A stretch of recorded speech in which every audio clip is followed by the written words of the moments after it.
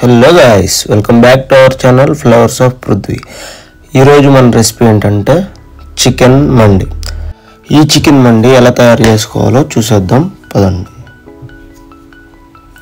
ముందుగా fried onions చేసుకోవాలి, దీనికి ఇదే మెయిన్ ఇంపార్టెంట్. దాని తర్వాత మ్యారినేట్ చేసుకోవాలి.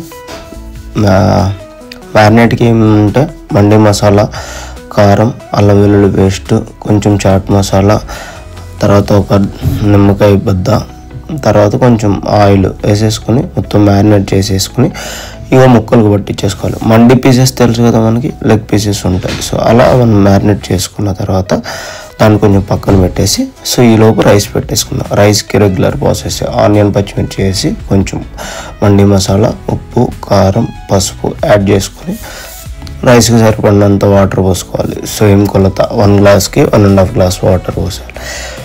నేనైతే చికెన్ని మ్యారినేట్ చేసిన తర్వాత ఓవెన్లో యూజ్ చేశాను అనమాట.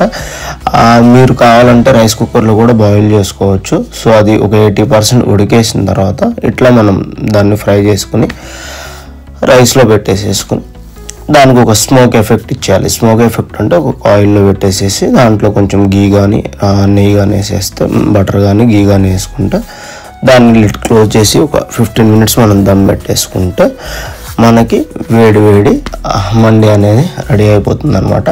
దీనికి గార్నిష్గా క్యారెట్, ఆనియన్స్, కీరా, సో మీకు కావాల్సిన వెజిటేబుల్స్ అన్నీ, సో దాంతోపాటు జీడిపప్పు, కిస్మిస్ అన్ని బటర్లో వేయించుకుని యాడ్ చేసుకోవటమే.